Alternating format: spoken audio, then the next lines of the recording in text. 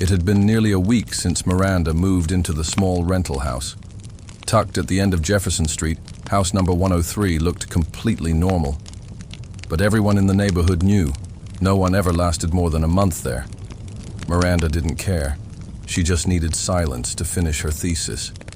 But that night, exactly at 3:08 a.m., the ticking clock in the living room suddenly stopped.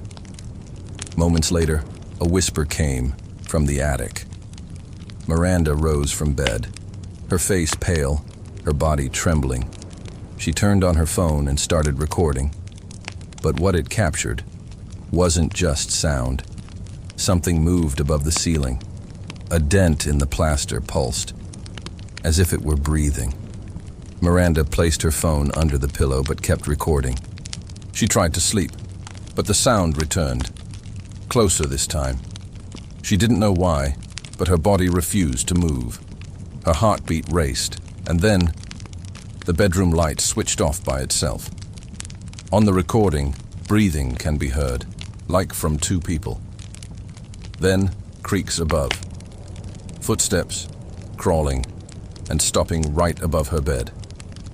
The next morning, the phone was found by the next tenant, still recording. That house had been rented by 7 people before Miranda, but all left within 2 weeks.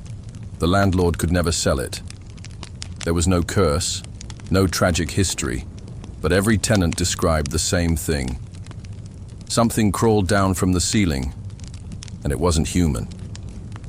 When police came to investigate Miranda's disappearance, there were no signs of struggle, but they found one strange thing: a handprint on the inside of the ceiling plaster. The last video lasted 6 hours. There was no sound until 3:08 a.m. Then came a deep inhale. At minute 4:09, the door creaked open.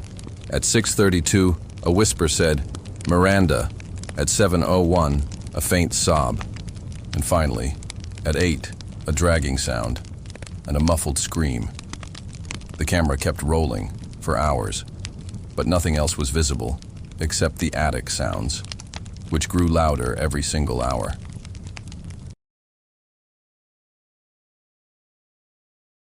Natalie and her mother had just moved into an inherited house in Ivy Hollow, Kentucky. The home belonged to her great-grandmother and had been abandoned since 1974. They hoped for a peaceful new life. But on the very first night, 14-year-old Natalie started seeing another girl in the bedroom mirror. That girl didn't mimic her movements. She stood still and stared, always in the same spot, always appearing at 2:44 a.m. Natalie used an old camcorder her mother gave her to record everything, but the girl never showed up on video.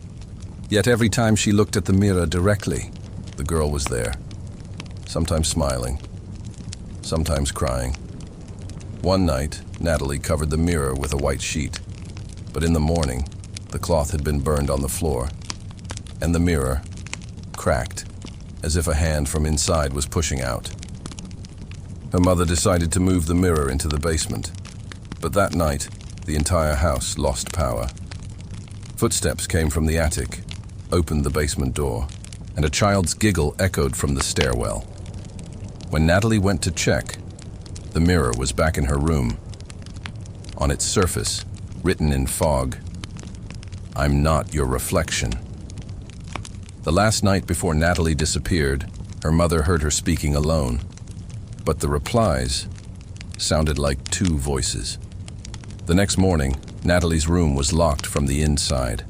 When they got it open, the room was empty, but the mirror was still warm to the touch. And in front of it, a single small footprint on the wooden floor.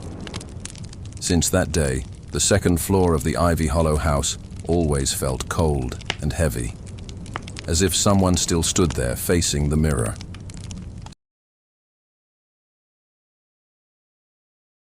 Six friends from Memphis decided to spend 3 nights in an old cabin owned by one of their grandfathers, Travis.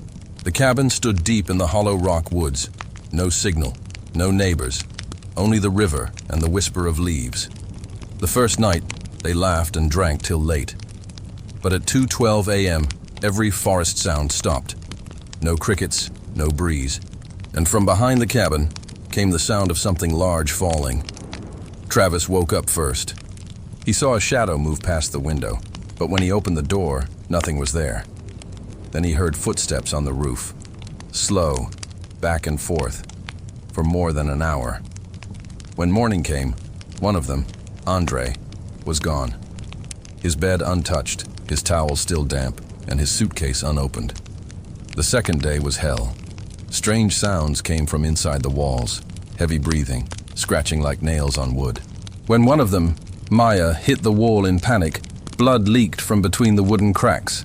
They tried to leave the cabin, but the dirt road was blocked by a fallen tree that wasn't there before. That night, 2 more vanished, Devon and Rachel. Their beds were empty, but the mattress showed imprints as if someone laid on top of them, and a window was open, facing the cliff. When police arrived 2 days later, they found only one person, Travis. Sitting silently in the living room corner, his eyes blank. No injuries, no blood. But the other 5 were gone without a trace. The cabin was searched, every room clean. Only one thing stood out. On the attic wall it said, "Hollow Rock never lets go." Travis never spoke again. He lived, but never truly returned.